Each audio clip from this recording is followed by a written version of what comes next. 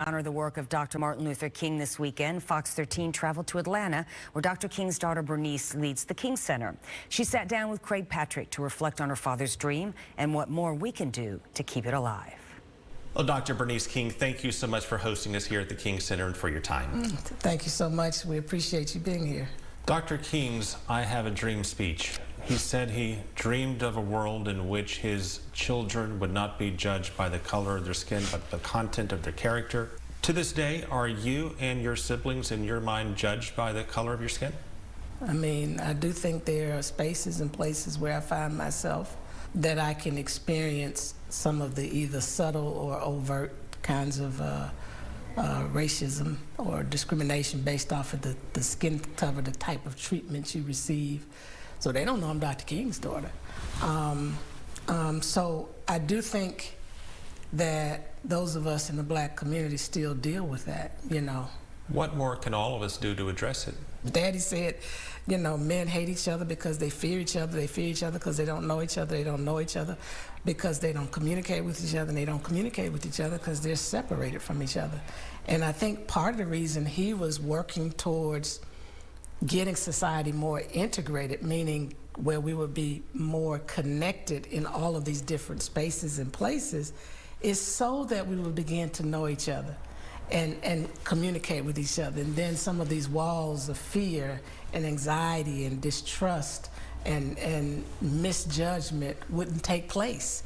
He dreamed of that world, but we're not there yet. We still have to work on eradicating all forms of racism. Well, as we honor the work of Dr. Martin Luther King Jr. this weekend, Fox 13 traveled to Atlanta, where Dr. King's daughter Bernice leads the King Center. She sat down with Craig Patrick to reflect on her father's dream and what more we can do to keep it alive. We continue our conversation with Dr. Bernice King with a closer look at her father's legacy.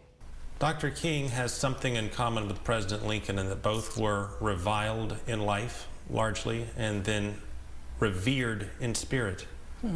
What drove that kind of change in our national perspective? Yes, but President Garfield was assassinated, President McKinley was assassinated. We don't have monuments to them. Yeah, but I say my mom, because Coretta Scott King championed that legacy. She was the architect of the legacy. She spent an enormous amount of time trying to help people to understand what Martin, as she would say, was trying to do.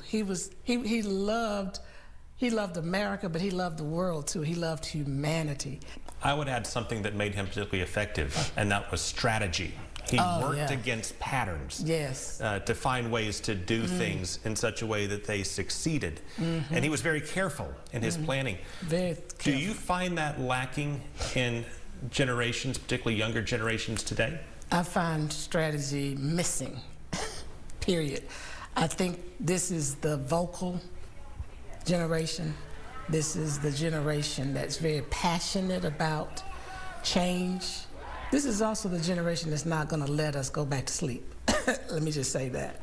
But now, how do they move from just speaking up to really translating this into substantial change is where there's that gap that's just missing. And that has to do with what you're saying, strategy. Well, we also have something else on that point that Dr. King did not have in his day, and that is social media. A remarkable way to connect people and motivate and organize, but it's also remarkably effective in fracturing our community and in whipping up anger and fear and spreading misinformation. How would he have countered the challenges of social media in his time if it was around back then, and how do we address it today? You can use it as a tool of mobilization. But when it comes time to do the work of strategizing and figuring out, that kind of stuff has to take place outside of social media.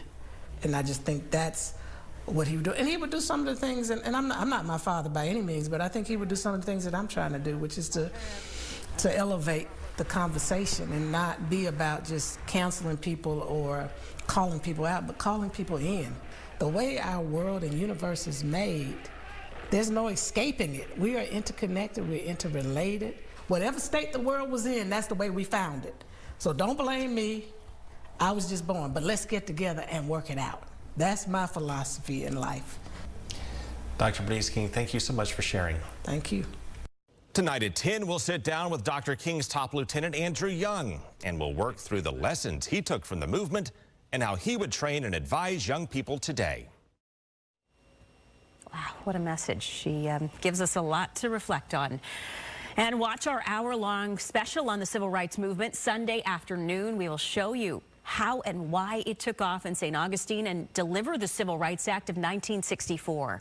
Our Fox 13 documentary, Florida's Foot Soldiers, a civil rights story, airs Sunday afternoon at 3.